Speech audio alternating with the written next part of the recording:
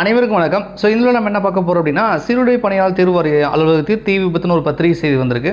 இந்த பத்திரிகை செய்தியை நம்ம வந்து பார்க்க போகிறோம். சென்னை எழும்பூரில் உள்ள தமிழ்நாடு சீருடை பணியாளர் தேர்வு வாரிய அலுவலகத்தில் திங்கட்கிழமை வந்து தீ விபத்து ஏற்பட்டதுன்னு போட்டிருக்காங்க. எழும்பூர் பழைய காவல் ஆணையர் அலுவலகத்தில் தமிழ்நாடு சீருடை பணியாளர் தேர்வு வாரியம் செயல்படுகிறது. இந்த அலுவலகத்தில் 4வது தளத்தில் உள்ள ஒரு அதிகாரியின் அறையில் இருந்து திங்கட்கிழமை நண்பகல் வந்து 12:10 மணி அளவில் கரும் புகை வெளியேறியது. தீ பரவிய நிலையில் தகவல் அறிந்த தீயணைப்புப் படையினர் சம்பவ இடத்திற்கு விரைந்து சென்று தீயை அணைக்கும் பணியில் ஈடுபட்டனர். தீ விபத்து உயரமான கட்டடத்தில் ஏற்பட்டதால் அதை அணைப்பதில் தீயணைப்புப் படையினருக்கு வந்து சிரமம் ஏற்பட்டது. இருப்பினும் நிலைமையை சமாளித்து தீயணைப்புப் படையினர் வந்து தீயை அணைக்கும் பணியில் துரிதமாக ஈடுபட்டனர் அப்படின்னு போட்டிருக்காங்க. தீ அந்த தளத்தில் இருந்து வேறு தளத்துக்கு பரவாமல் இருக்க தீயணைப்பு படையினர் வந்து அதிக கவனம் செலுத்தினர். சுமார் 1.5 மணி நேரம் போராட்டத்துக்கு பின்னர் தீ முழுமையாக அணைக்கப்பட்டது. தீ விபத்தால் அந்த பகுதி முழுவதும் கரும்புகை மண்டலமாக காட்சியளித்ததுன்னு போட்டிருக்காங்க.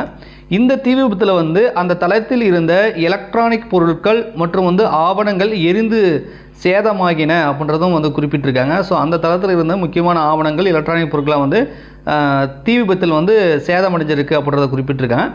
அதுக்கப்புறம் எழும்பூர் போலீஸார் வழக்கு பதிவு செய்து விசாரணை செய்து வருகின்றனர்.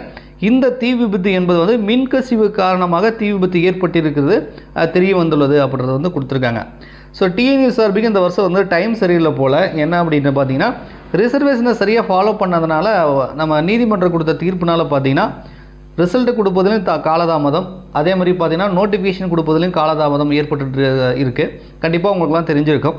ஸோ எஸ்ஐ நோட்டிஃபிகேஷனை பொறுத்த வரைக்கும் செப்டம்பரில் வரும்னு சொல்லி நம்ம எதிர்பார்த்துட்ருக்கோம். ஏற்கனவே சப் இன்ஸ்பெக்டர் தேர்வு அந்த எஸ்ஐ இதில் பார்த்தீங்கன்னா ரிசல்ட்டை கொடுத்துட்டு அவங்களுக்கான ஃபிசிக்கல் டெஸ்ட்டு இப்போ ஜூலை இறுதியில் கொடுத்துருந்தாங்க. அதுக்கப்புறம் பார்த்தீங்கன்னா அதுவுமே தள்ளி வச்சுட்டு ஆகஸ்ட் 7 மற்றும் 8ஆம் தேதி வந்து அவங்களுக்கு ஃபிசிக்கல் நடக்கும் அப்படின்ற மாதிரி வந்து அனௌன்ஸ் பண்ணியிருக்காங்க.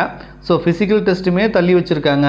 ஸோ நோட்டிஃபிகேஷனுமே பார்த்தீங்கன்னா ஜூனில் கொடுக்குறேன்னு சொல்லிட்டு அது இப்போ லேட்டர் அப்படின்ற மாதிரி போட்டிருக்காங்க. அதுவுமே இப்போ செப்டம்பரா அக்டோபரான்றது தெரியல. மேபி வந்து செப்டம்பரில் வரலான்னு சொல்லி நம்ம எதிர்பார்க்குறோம். ஸோ அதுவுமே வந்து தள்ளி போயிட்டுருக்கு. ஸோ இப்போ எப்படி நம்ம எஸ்ஐக்கு வந்து ரிசல்ட்டு கொடுத்தாங்களோ அதே மாதிரி பிசிக்குமே ரிசல்ட்டு கொடுப்பாங்க அப்படின்னு எதிர்பார்க்குறோம்.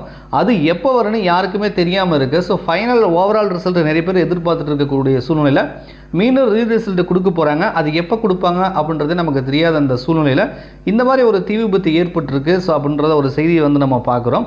ஸோ இதனால் இன்னும் கொஞ்சம் ஏதாவது டிலே பண்ணுவாங்களோ அப்படின்ற ஒரு அச்சம் இருக்குது. பட் ஆனால் வந்து அந்த மாதிரி நடப்பதற்கான வாய்ப்புகள் இல்லை. சரி, அதை வந்து சீக்கிரம் வந்து இப்போலாம் எல்லாமே வந்து ஆன்லைன் ப்ராசஸ் தானே. ஸோ அதனால் ஓரளவுக்கு எதுவும் பிரச்சனை இருக்காது. இதனால் வந்து எந்த ஒரு இஷ்யூவும் இருக்காதுன்னு நினைக்கிறோம்.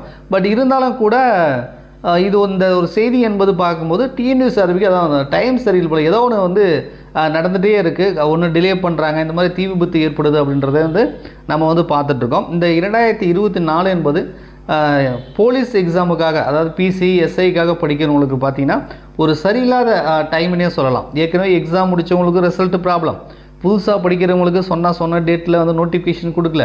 ஸோ வந்து பார்த்திங்கன்னா இந்த போலீஸ் எக்ஸாம் வந்து இந்த வருஷம் வந்து சரியில்லாமல் வந்து போயிட்டுருக்கு. பட் விரைவில் வந்து மீண்டு வருவாங்க டிஎன்யூஎஸ்ஆர்பி அப்படின்றத நம்ம எதிர்பார்க்கலாம். ஸோ இந்த செய்தி உங்களுக்கு வந்து ஷேர் பண்ணுறதுக்காக இந்த வீடியோ மேக் பண்ணால் வீடியோ பிடிச்சா மறக்காமல் லைக் பண்ணுங்கள்.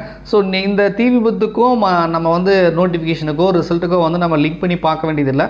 ஸோ அதை வந்து விரைவில் வந்து சரி பண்ணி கண்டிப்பாக வந்து நமக்கு ரிசல்ட்டு கொடுப்பதோ அல்லது வந்து நோட்டிஃபிகேஷன் கொடுப்பதோ அதை வந்து சரியாக பண்ணுவாங்க அப்படின்றத நம்ம எதிர்பார்க்கலாம். நன்றி, வணக்கம்.